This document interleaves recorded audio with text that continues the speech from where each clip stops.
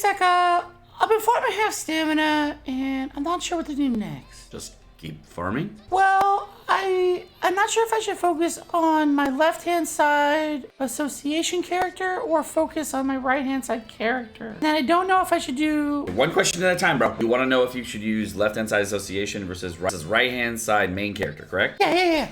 And I also want to know, is it better to go HP and defense or attack and defense on association characters? Man, these people asking these complicated questions this morning. Fuck. Love you. Yo, what's going on, guys? Sekapoko here, bringing you a 7 Deadly Sins Grand Cross video. For this, we'll be going over association characters gear as well as right-hand side SSR gear for all your characters. We're going to be talking about the two different things and give you insights into both. So, guys, without further ado, let's go and jump right into it.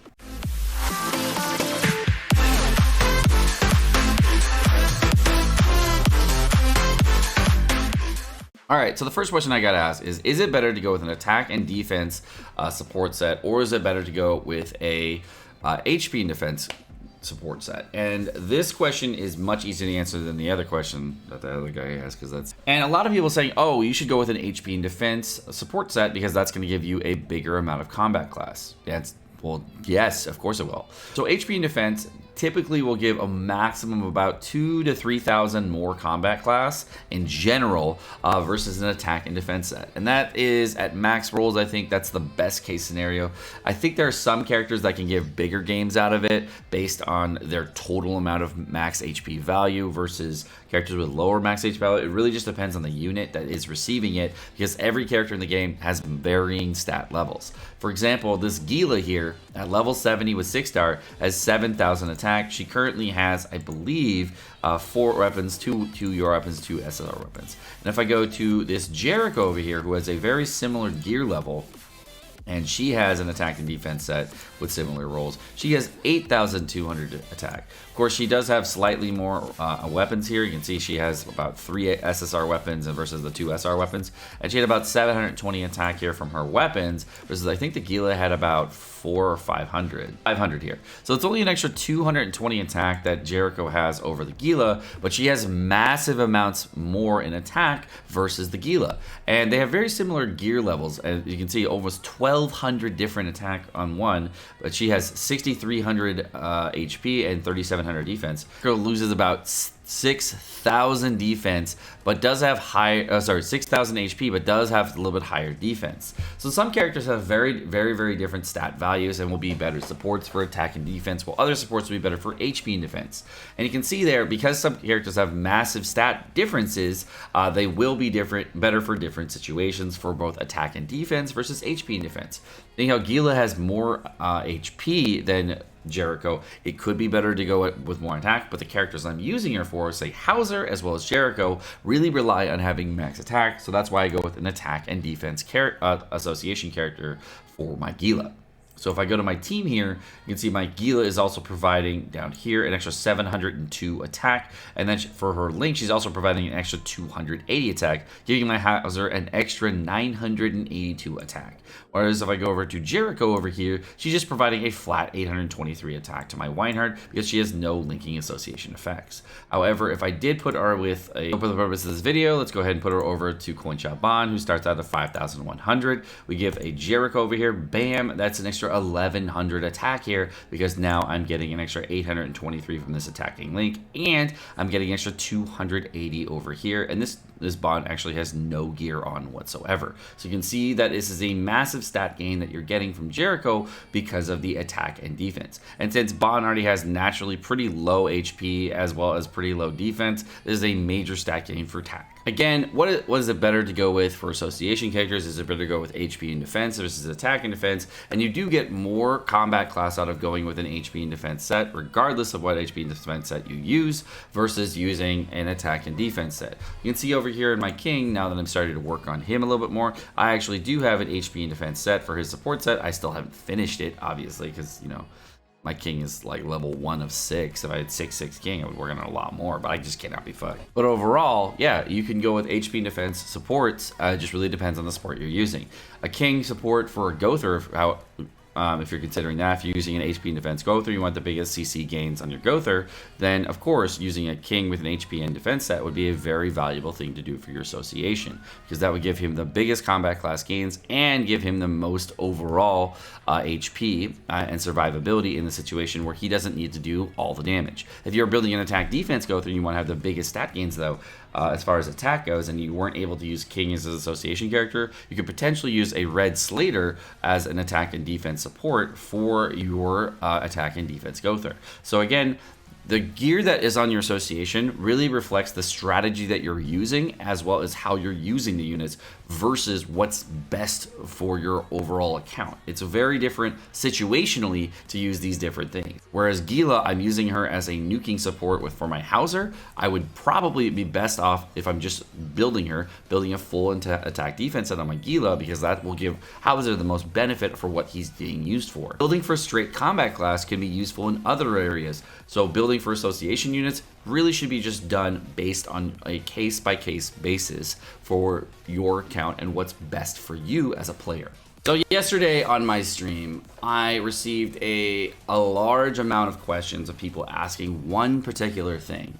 And the question was, should I work on my association characters first, or should I work on my right-hand side SSR pieces? And normally people are asking me as a free-to-play player, some people are asking me as Bequelin, some people are asking me more as like a balanced player in between, and it's really hard to know your situation and where you are. So what I'm doing right here is I'm gonna create a guide based on where players are in the game and what resources they possibly could have versus infinite resources, so you can understand what the best gains is for your particular account and where you should be focusing your resources in order to get yourself the most stat gains on your characters, to get yourself the most combat class. And the test we're going to be doing today is essentially between, again, association characters leveling up their left-hand side gear first versus focusing on your right-hand side gear for your main characters. So to show off a little bit about this game, what I'm going to be doing is I'm going to have two separate pieces of gear. One of them is going to be an SSR 5-star 5+ ring over here on the left hand side, and the other one's going to be a common 5-star 5+ ring over here, and they both have almost the same rolls, so I got as close as I possibly could. Right now Arthur is at 10,430 max attack with 5,168 base additional attack. I'm gonna go ahead and equip the common ring here, and you can see how much it goes down. It goes down to 9,677. So again, it goes from 10,430 all the way down to 9,677. My association character for Arthur right now, I'm going to be using Blue Meliodas, who currently has 10,267 attack. So we're only going to be doing this test based off attack. So the total that Arthur is going to get with his support Meliodas is going to be, Arthur with support is now 12,212 attack. So this is with Arthur having a support with full 5-star 5+, okay? And this is with a full SSR Arthur. This is, let's say, the maximum potential of Arthur currently on this test. I've now acquired a Bracer, which has 608 attack with no rolls on it. And I now have an SSR Bracer for my support Meliodas. We're gonna go and equip this. And that will give you an idea of what to expect. So with no association gear on my Bracer, I've currently lost about 240 attack. So just by losing the Bracer, I lose about 240 attack. And if I go from an SSR ring down to a common ring, you actually lose about 800 attack. So there is a difference between leveling up the association gear versus leveling up your main stat gear. Now I've lowered Arthur's attack to the common gear and then the absolute lowest Arthur attack here. And you can see here, over my maximum attack value, I've actually lost approximately 1,000 total attack in total here, and I've lost about 800 of that from my Meliodas. 800 of that from his SSR ring, and I've lost about I think 300 of that from, or 200 of that from the Meliodas support. What's really interesting, of course, is that if you are leveling up your right-hand side SSR piece, you are going to get bigger gains. Now, should you be leveling up your right-hand side SSR piece first, or should you be leveling up your left-hand side support gear? Well, the answer is pretty obvious as far as total stat gain goes. You actually get way more out of it if you are to upgrade the right-hand side SSR piece first and get it fully rolled. But that last part is really key. For most players in the game, you're not going to have a ridiculous sum of anvils at this very moment. You're most likely going to have a 5-star 5+ ring, but not have the anvils to roll it currently. And you're going to have way more bluestones right now than you are going to have anvils. So is it better to roll a 5-star 5+ ring, or is it better to roll a 5-star 5+ bracer? Well, what's really interesting is that if you do have a ring that's 5-star 5+ with about 4% attack rolls, it's equivalent to that of the same thing for a common piece of gear for the total amount of attack value. If we were to compare the two, and I was going to go on Arthur with this attack ring, would be pretty much equivalent to an Arthur with a 5-star 5+ ring down here, but with only 4% attack rolls. All right, so now we know that what the maximum gains are for stat differentials at certain levels with certain characters. And I guess for the test here, we're just going to continue going on with Arthur so we can talk about him. All right, so now let's go into Arthur here. This Arthur on global is going to have 8,627 attack, and he's going to have a full HP and defense set right now. Don't at me on why, just basically because. All right, so right now he has a 10% rolled bracer, and he currently has a 12.2 attack rolled ring. If I go to his association character, however, his association character is going to be providing 735 extra attack, and if I go to Arthur here, he has a total of 8,627 attack. So the interesting thing about this association character is if I open up the gear for my Meliodas here, my Meliodas only has a ring fully rolled and a 5-star bracer. Now this 5-star bracer is decently rolled again, and I could actually upgrade this bracer to get bigger stat gains. Now, if I'm in this situation, and this is a very common situation that you find on global, is that people are starting to work on gear, and they start having a gear set built out. They have their full team maxed out, and they need to know where to go after this point. Do you work on your association character first, or do you work on your actual main character first? Now, the answer may seem obvious by working on the main character first, because you're going to get the most stat gains out of the main character, and the association character only really gives 10%. That is true, but again, the thing that's more common in this game and easier to farm are the blue SSR stones. The thing that's way less common and way more difficult to get are going to be the anvils. And anvils, again, are very, very difficult to obtain. And I'm still light on anvils on the Japanese version, and I'm always light on anvils. So if you're like myself and you're always light on anvils and you have to grind out continuously in PvP to get anvils, and you really don't want to grind against Kingbrim, and you want to get the biggest stat gains you possibly get without actually working on getting tons and tons and tons and tons of anvils all the time, is of course, you need to grind out your association character first. Now, what's really interesting about grinding out the association character is, right now, if I have 621 attack here, if I go and awaken one of his pieces of gear, and I go all the way up to the next rank, here you can see I'm now at 7,500 attack, so I got an extra 200 attack off that, so now I've gained an extra 20 attack here, by just upgrading a little bit. I don't have to fully upgrade my SSR pieces on my support characters. I just have to get them a little upgrades, and I can actually get minor stat gains over here on my character. If I was to give this character, say, an SSR ring, now we're in the same situation here, and I have this common ring that is rolled at 12.2% attack, and I have a random SSR ring that I've leveled up, and it has 1 star right here, and you can see it has some pierce rate on it, whatever. If I go to my character here, I'm at 7,443. If I equip this ring here, blam, now I go down about 400 attack.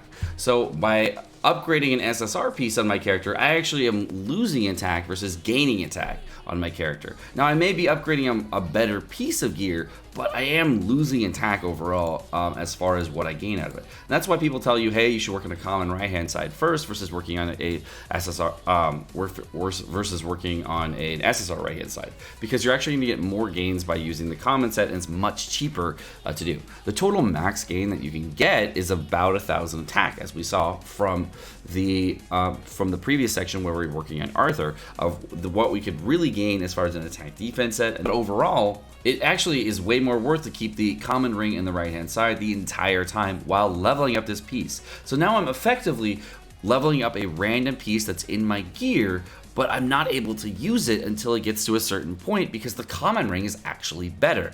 And that's why if you are in global and you're thinking about what pieces you should be upgrading first, the pieces that you should actually be upgrading first if you were like more of a free-to-play player and have much less anvils is actually going to be the association character, because no matter what rolls you get on your ring, on your bracer, your necklace, or your belt, you're actually going to get a positive stat gain no matter what roll you get.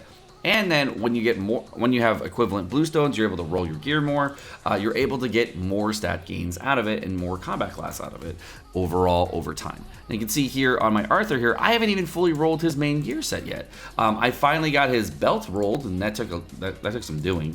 And I finally got his bracer rolled a little bit.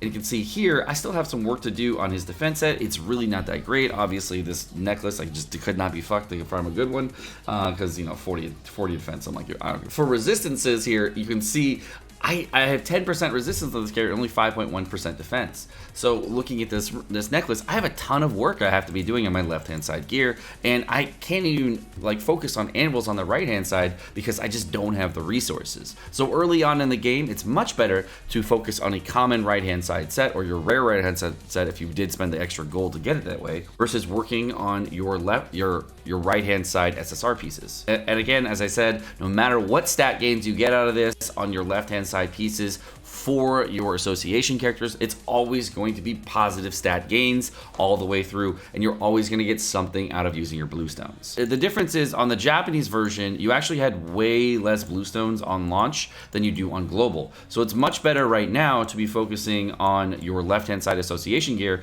especially if you did a lot of overnight farming and you have lots of equipment storage lying around and you're able to get a lot of bluestones.